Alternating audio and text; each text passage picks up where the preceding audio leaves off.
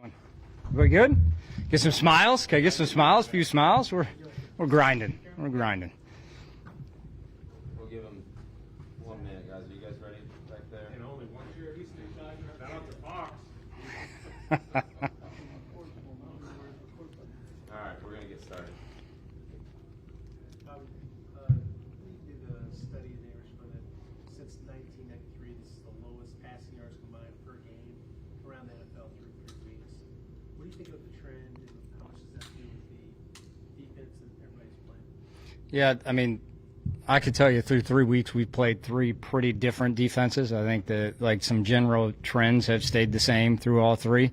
But, I mean, if I'm being perfectly honest and blunt, when I watch our film and when I watch some others as well, offense just need to play better, you know. I don't think necessarily things that anyone's doing aren't there across the league. I think there's a lot of concepts that have been run for a long time that just haven't been operated as efficiently or as precise as I think they had in the past. I've said last week, I think a lot of that has to do with there's a big injection of youth on offense in general across the NFL. A lot of really talented young guys are playing at a lot of different positions, and it takes time to get to a point where everybody's on the same page. But I will not be surprised if that swings as the year keeps going. Yesterday, CJ said that when it comes to the play calling, they have to buy in, and they have to buy into the plays that you're calling, and you have to call good plays. How do you all get on the same page? You execute. Really all the way across the board as far as last week goes. It really wasn't good by anybody. It wasn't good by coaches. We didn't do a good enough job as far as getting communicated what we want done. Scheme-wise, we didn't do a good enough job. And then when we were out there, the number of times we ran a play that everyone was doing what they were supposed to be doing probably could be counted on one hand, which you doesn't matter who lines up across from you, you're going to have a rough time in a game like that. So we've made a commitment this week to we're worried about the Texans. We're ready to roll and just focused in on doing our job and doing it the way we want to do it, and let's go play clean football. How much will it help that you faced this coordinator last year when he's with the Falcons, now he's obviously in Jacksonville? How much will that experience help you this week as you prepare, even though it's different players, but how much will that help you going into this week when you face the Jacksonville? I think it helps somewhat, the different players aspect is a really big deal. Same as, when he's looking at us, who we have on our team this year compared to last year is I'm sure he's approaching it very different just based on who's where, and it's really the same for us. They got a really good defense. I think the core of the scheme is the same, but he does a good job putting his guys in positions to, be forces to be reckoned with. And D-line wise, they got a crew that's tough in the run game. They're tough in the pass game. They can get after you with four-man rush. In the secondary, they got some vets. They got Darby. They got Cisco that, he uses a little different than he used in Atlanta with Terrell and with Bates. And then we'll see what happens at linebacker. But I think it always is different. Even within a season, I'm sure when we play Jacksonville again the second time and there's always moving pieces, different people in, different people out, it'll feel like a different game than this week. With all the things that you mentioned went wrong, specifically penalties, what is an offensive coordinator or a coach, what can you do to prevent penalties or anything like that? What is your role in preventing that from happening? Our role is to ensure it does not happen. We know the rules. This has been a recurring theme for us really since camp that showed up all the way across the offense. I know the offensive line was getting dinged last week. It's been with eligibles as far as alignment, illegal procedures, motion operation. We have to get that cleaned up, and we are making sure that happens. So you think it's just the rule? It's just line up the right way. It's that simple. It's clear cut what we're doing, and we got to go do it. Hey, Bobby, can you talk about making adjustments, right? So you play the first half, and how do you balance? Is it adjustment, or is it just a matter of we need to execute better? What's that process like? Yeah, when you're rolling, when you're playing good football, I always think, the plan you have in always changes as the game goes. Oftentimes what happens when you're not playing good football, when you're not executing, adjustments become really hard. Even if you want to make them, and that's not to say you won't, you still will, but really this, like, it has very little to do with what's happening if you can't just go play football the way you need to play it. So that's full commitment this week to doing that. Aside from the penalties, why do you think the offensive line hasn't shown much consistency, particularly in the running game? I think there's a lot of reasons for that. The number one reason would be the same thing. I mean, we could probably count on one hand the amount of times we're doing what we're supposed to do. And in the run game, that's a problem. I mean, we had unblocked players tackling us for 4-yard losses. That's not how you draw it up. You know what I mean? So we got to go execute. Are you confident that they can execute and that the offensive line can perform at the level that you expect? Absolutely. Yeah, no, I mean, we put it on tape. I know we put it on tape against Indianapolis. We put it on tape in training camp. We can go do it. We can get it done. We can get it done at a very, very high level when we do it right and when we're committed to what we're doing. We just need to maintain consistency. How does the possibility of not having Tank this week kind of affect the offense, given the different roles that he can play in the offense? Yeah, you're always approaching every week. Guys get dinged all the time.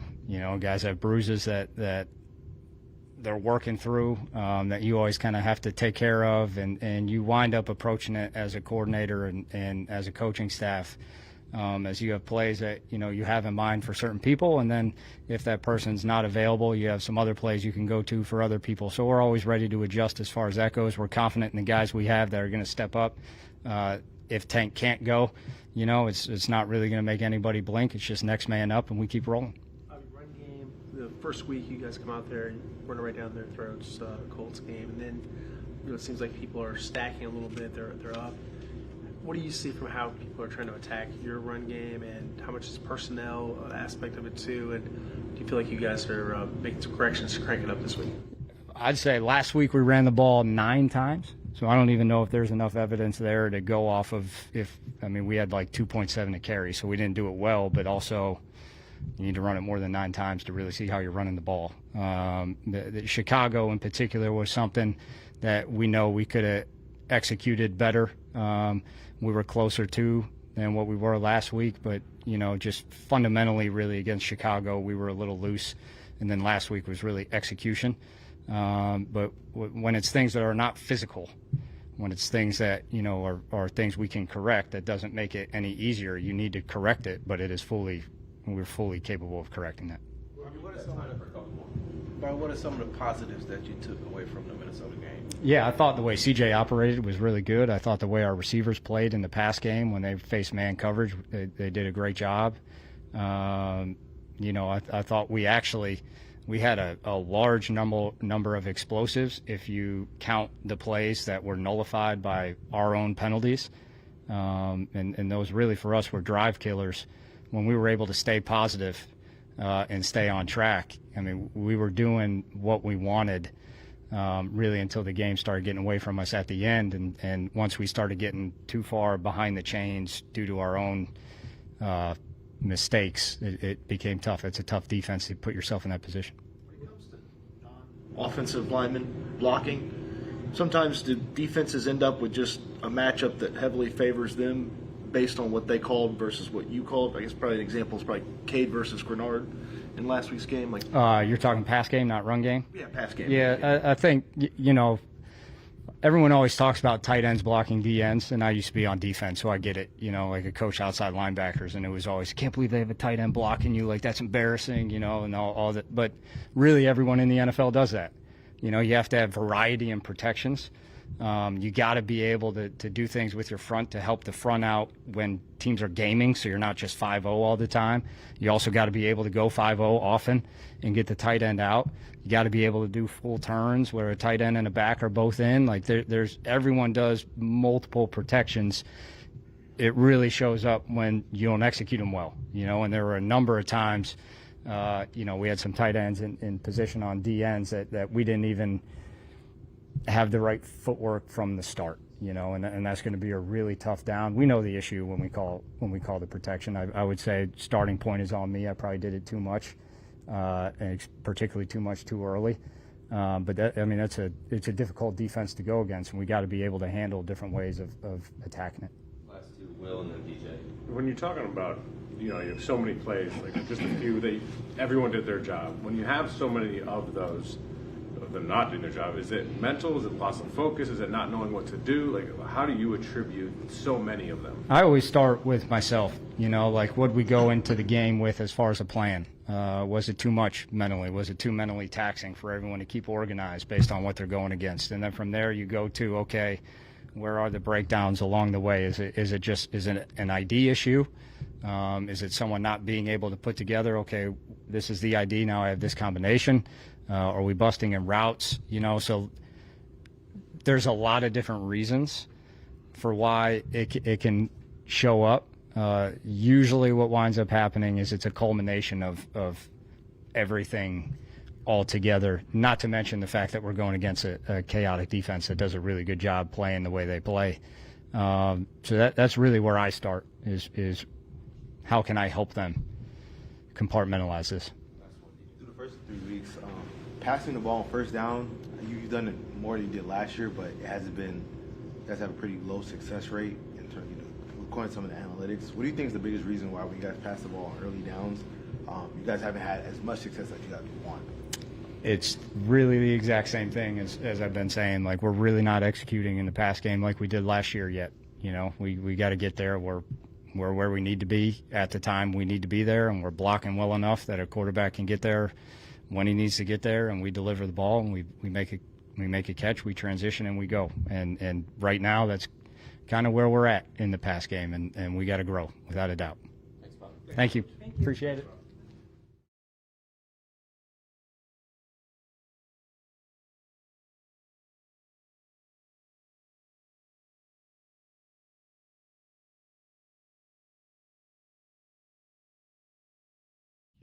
Who's up? Matt, between Will and Daniil, they have the most combined pressures in the NFL. What are you seeing from the way those guys are getting off the ball and how tough it is to block those guys? Yeah, I mean, obviously that's why we brought both of them here to pressure the quarterback and affect the game that way. And they're both just pretty relentless in the rush game. I mean, playing in general, but I think that's what shows up. There's just a consistent, your constant pressure, keep going. They're never out of it type of thing. So I think a lot of times that's just that's where the pressure stuff shows up, just the relentlessness of those guys just thrashing and just continue to move forward towards the quarterback. So, I think we got to hopefully turn some of those into sacks and really affect the game even more, but they've done a really good job of just embracing our style and playing the way we're asking them to play. I know Jefferson's the type of guy that even if the right coverage or things go according to plan, a lot of times he's going to make the play anyways. Mm-hmm. Were you pleased with the way that y'all were covering Jefferson on? Was that according to plan? Was that just him making plays? Yeah, I mean, we talked about it last week. He's a good player. He's going to make his plays. I mean, we knew, I won't say it's impossible, but it's going to be tough to shut him out. So, I think the disappointing part of it was more just, they were kind of critical. I mean, if you look at his numbers, whatever it was 6 for 80 or whatever it was, not jumping off, but, 2 of them were explosives, 2 of them were third down conversions, the touchdown on the broken play. So I think in the critical moments, we needed to just sort of step up and make a couple of those plays. Overall, I wouldn't say that it was out of the course of what we were looking for, but I think that was more the bigger thing, that each of the catches were kind of impact plays. So in those kind of critical moments, we got to kind of rise up and win those battles. Bobby was just saying he had 4 or 5 plays where everyone did their job on offense. On defense, how did you feel from an assignments football standpoint? Yeah, well, I mean, obviously it wasn't good enough. That was clear to probably everybody. I wouldn't put a number on the percentage of plays we actually executed right. I mean, we have to execute way better, obviously, just a lot better in all phases. All levels of our defense, particularly. I felt like there was probably just probably what Bobby's referring to, putting it together, right? We had some good rushes up front and some coverage breakdowns, or we're tight in coverage and we let them get loose, or, the front fit the run good and then it got, something in the back end, or vice versa, So I just, the sort of breakdown here, breakdown there, breakdown there. If you look at the course of it, it wasn't we were that out of sorts, but just, being able to put it together and execute at all levels, and probably again what Bobby's referring to is just I felt that was probably across the whole team. The last time Lawrence started and won a game was here last year. Has there been something in that stretch of games that has stood out as different from when he has been successful at the quarterback spot? No, I mean I would say that. I mean he's a good player, and I think like Meek talked during the week, it's hard to win this league, man. It's hard to win football games in this league. Like we never take that for granted, and he's a very talented quarterback, and they've got a lot of talent on offense. So I mean that's it's like anything, like nothing. Our game last week doesn't matter this week. Or their last, whatever those games are, doesn't matter this week either. Like whoever comes out and executes at all levels and plays the way we're supposed to play, like they have a lot of talent. And if they execute and we don't, then we're going to be on the wrong end of this again. So we don't really look back at like past performance. Like we try to see what's going on and how we're going to play our style and how it fits with what they're doing. But he's more than capable of beating us and making plays as he obviously did last year. So.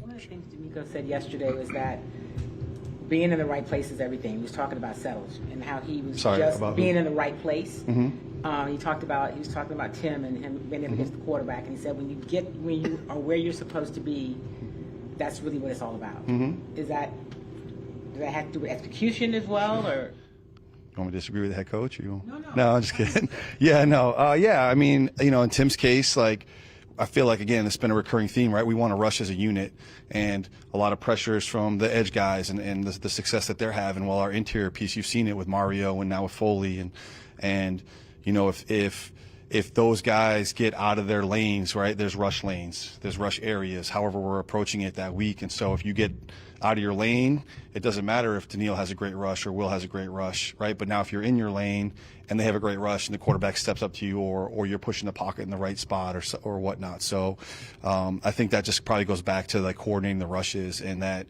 we're not independent contractors up there. That's a rush unit, and they rush as a group, and everyone eats and everyone gets sacks and everyone has success. And Tim has done a really good job of growing. He missed some time obviously through camp and whatnot, but has really grown into the techniques and style that we play. And it's always, as a coach, it's always cool when you're preaching to a player and then he has success doing the things that you're preaching. It sort of builds, and you hope that confidence grows in the belief system. And okay, this is what it looks like when I'm in the right spot and when I'm doing the right things. I'm rushing to the right areas. So I think Tim was a good example of just over the course of the first month, the season's been really growing into that role and embracing that mentality.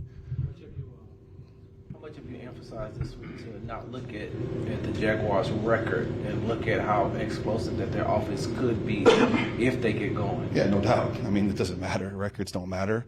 You know what I mean? And like I said, we're coming off a disappointing loss, so are they. So I think the desperation level is going to be high on both sides, and the urgency always is. But it's a division game. We want to defend our home turf, and we know what they're capable of. We had 2 battles against those guys last year, and they've added some talent, and it's a good scheme. And we got to be ready to go. If we're not doing what we're supposed to be doing, then everyone's more than capable of beating us, but they have a lot of weapons for sure. You talked about the independent contracting, and D'Amico's talked about doing your job and staying in your lanes defensively. Is there like a point where you kind of go off script and it's just go get the quarterback? Because we talk about CJ making off script plays, but there's also been like an inability. Will's talked about it, to finish sacks. Is there a point where once the quarterback escapes, it's like we just got to go get him at this point?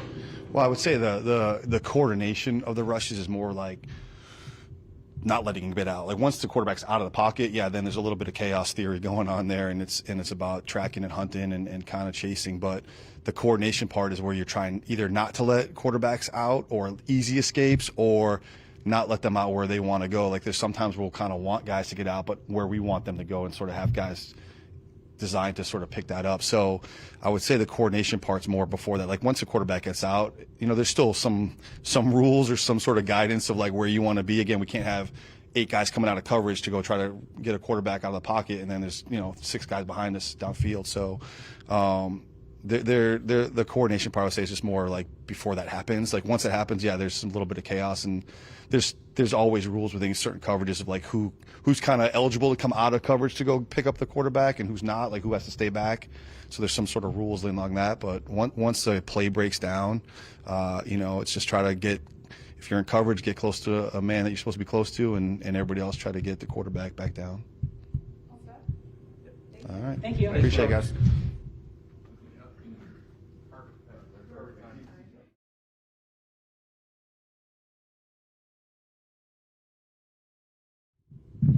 We need the breakdown, man. Need the breakdown. No, we need the 2 minute setup. I'm a talker. A wise man said to get my point across in as little words as possible. So we'll do my best. All right, here we go. Divisional game, ready to go. I think that where we need to grow is let's play our style of football on special teams. Let's make sure that we're out there playing aggressive. So as a unit, we want to have our opponent feel us and feel our energy. We want to be sore from helmet slaps when you get back to the sideline after a big hit. So that's the type of brand of football we're trying to play. Need to make sure we go out there on Sunday and do that every single down. So it's going to start there. That's just mentality, the way we attack the game, and making sure that on fourth down, whoever is lined up across me, make sure that's the style that we want to try and play. Jacksonville, okay, familiar because their specialists have only gotten better. Right, so they got one of, if not the best punter in the league in Logan Cook. He is dynamic. He's not allowed returns against him because of how special he can be. Hide in punt direction, hitting the banana ball, hitting the ball for distance, and putting on the tick marks on either direction. And you don't know necessarily pre-snap where it's going. So that's an impressive trait. Has been like that for a few years. And then they added Cam Little from Arkansas, who has been one of the more dynamic kickers in the league of placing the ball with those kind of what you guys would just call as like a squib kick, but the drive kicks. Serving an ace, he had hit one basically that hit the pylon. So it's an impressive skill set, and really one of, if not again, the best snapper in the league with Matisic. So I think that's how you pronounce it. But Matisic and dynamic had eight punt tackles a year ago. Like that doesn't happen. So got our work cut out for us, let alone stopping Daniel Thomas, let alone trying to contain Devin Duvernay or their core four linebackers that play with their hair on fire. So got to be ready to go on Sunday. Quarter after you guys score, kind of kicks the ball out of bounds. Was that an intentional direction, or he? Yep, miss hit. Okay, got to be better. Your starting field position leads to points, or negates points if you're in coverage, and got to make sure that we're on point. Reliable kicker, great work ethic. He's got to be better right there. He knows that. Nobody wants that kick back more than him. So unintentional, clean it up, moving forward. What went into the missed field goal? Yeah, just Toey on the ball. Not a misalignment. Thought he had a great pregame set. Distance, elevation, end over end, clean rise on the ball. A little Toey hitting it a little thin. So, sometimes when you get a kicker that gets action or an X rotation on the ball, comes off, maybe it's their swing or coming across, that's just a little bit off the, call it not on the sweet spot of the foot. Still had good rise. Got to be better. How would you assess the return game 3 weeks into the season? Yeah, first off, it's opportunity. So, when you want to, when you go against a team that you get one return op on kick return, you got to make it count. Had a good little scheme, set up, run alley, and then beat at the point of attack on, it's always one man, that's the return game in the NFL. So, got to be better there when you get one chance a game, let's say. On the punt return game, depending on what we're calling and situation of the game, anytime our goal is to get one first down for the offense. That's the goal, is to start with one possession already banked of a first down. So, that's a 10-man job. Across the board, we all have to be body on body, hat on hat, and not allowing your guy to the point of attack first. You got to stop the gunners, whoever's penetrating or disrupting first. The speed players, you got to get those guys locked up. But generally speaking, we want to, we feel like we had a few opportunities. One got called back for hand placement in Chicago. We had a chance to get to the edge, and the field gunner shuts us down. So we've got to be better.